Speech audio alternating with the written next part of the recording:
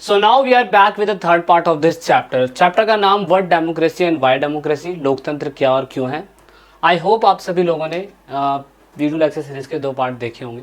App download नहीं करा तो ऐप जल्द से जल्द डाउनलोड करने की कोशिश करिएगा। वीडियो के डिस्क्रिप्शन में लिंक मैंने दे रखा है, ऐप पे ये सारी चीज़ें आपको अवेलेबल हो जाती है। अब हम थोड़ा सा आगे बढ़ने की कोशिश करते हैं। देखिए, हमारे इस पूरे चैप्टर के अंदर मेन फोकस ये चल रहा है कि डेमोक्रेसी अच्छी है या बुरी है। हमने डेमोक्रेसी यानी कि लोकतांत्रिक पे जो अच्छी बातें देखी, उनमें से ही कुछ उसके साथ एक ऐसे ऑप्शन देखे जो बुरे हैं या उसके खिलाफ हैं।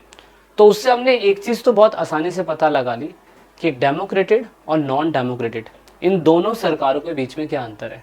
लेकिन असल में अगर हम डीपली कॉन्सेप्ट समझने की कोशिश करें कि जो लोकतांत्रिक देश होता है या लोकतंत्र जो होता है, उसकी अच्छी बातें क्या हैं और बुरी बातें क्या हैं, अगर हम ये समझ जाएं तो हम बहुत आसानी से ये समझ पाएंगे कि किसी भी देश में लोकतंत्र होना चाहिए या नहीं। एग्जाम्पल के लिए जिम्बाब्वे जो है, वहाँ पे जेनू पीएफ की सरकार चल रही है, सभी को पता है। वहाँ आज भी क्यों चल रही है सरकार, जबकि हमारे देश में तो ऐसा नहीं है। तो हमें वो लोग गलत लग रहे हैं, लेकिन ऐसा नहीं है। वहाँ वो सिचुएशन रिक्वायर कर रही है, इसीलिए वहाँ पे चीज़ें ऐसे चल रही हैं और आगे भी चलती रहेंगी। तो आपको ब्रॉडली समझ में आना चाहिए कि लोकतंत्र का फ़ायदा क्या है और नुकसान क्या है। तो फायदे और नुकसान के ऊपर फोकस करते हैं। सबसे पहले लोकतंत्र के खिलाफ अगर हम बात करें तो बिल्कुल इंपॉर्टेंट सी बात है कि चेंज इन लीडरशिप में लीड टू द इनस्टेबिलिटी। मतलब कि सरकार अगर हर 5 साल के अंदर नेता बदले या हम वोट डालें और अपने नेता को बदलने की कोशिश करें तो क्या ये अच्छी बात है। देखो, हमारे इंडिया के अंदर भी हर 10 साल 14 साल 15 साल के बाद सरकार बदल जाती है, और हर बार हम जो भी सरकार को शुरुआती समय में अच्छा बोलते हैं, उसी सरकार को 15 साल बाद जाके बुरा बोलने लग जाते हैं।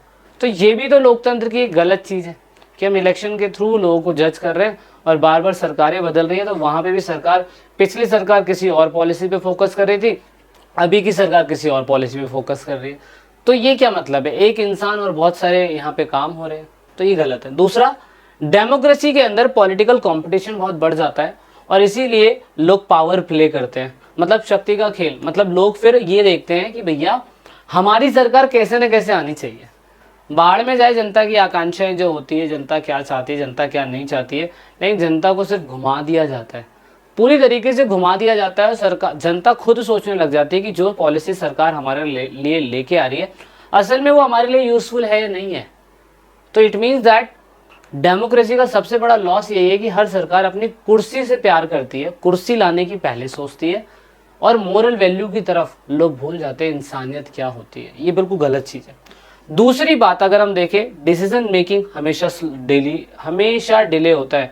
कोई भी बिल पास करना हो तो बहुत सारे लोगों की रजामंदी होनी ज़रूरी, जब जाके कोई बिल पास होगा, जबकि नॉन डेमोक्रेटिक कंट्री के अंदर ऐसा होता ही नहीं है।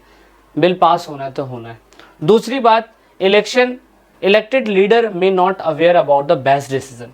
कभी कभार जो नेता जनता के वोट मांगने के लिए उनके घर जाते हैं, उनको भी नहीं पता कि मैं जब जीत के सत्ता में आ जाऊंगा तो मैं सरकार के लिए क्या करूंगा।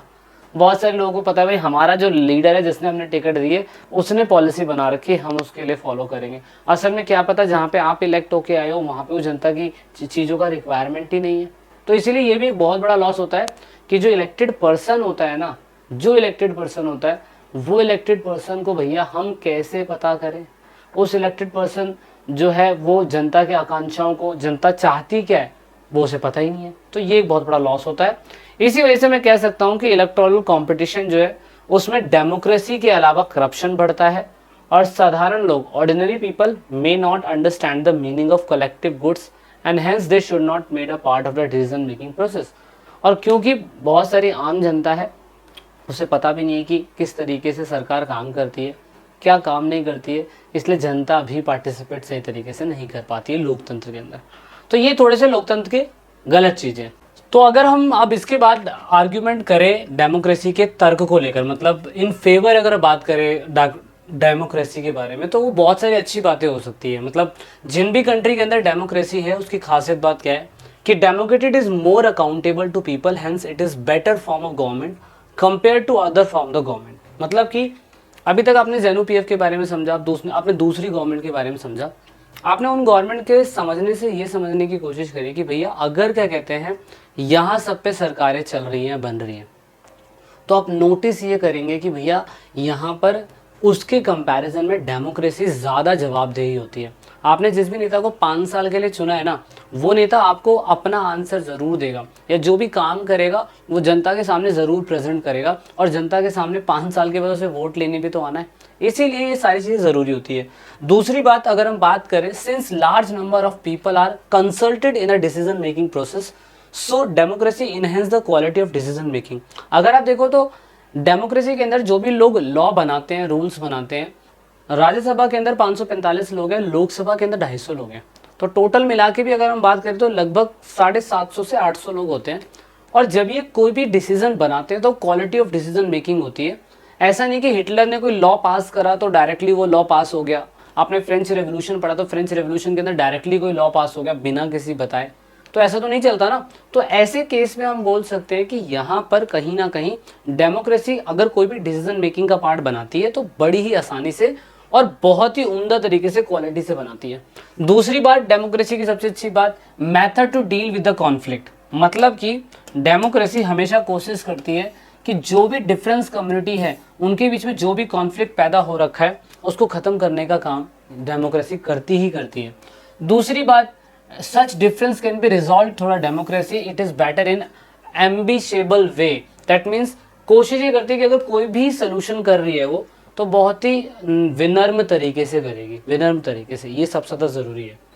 दूसरी बात, डेमोक्रेसी लोगों को फंडामेंटल राइट्स देती है और इज्जत भी देती है। सबसे इंपॉर्टेंट चीज़, डेमोक्रेसी कोशिश करती है कि आप उसने जो भी गलत काम किए हैं उन गलत काम को ठीक करने की भी कोशिश डेमोक्रेसी करती है।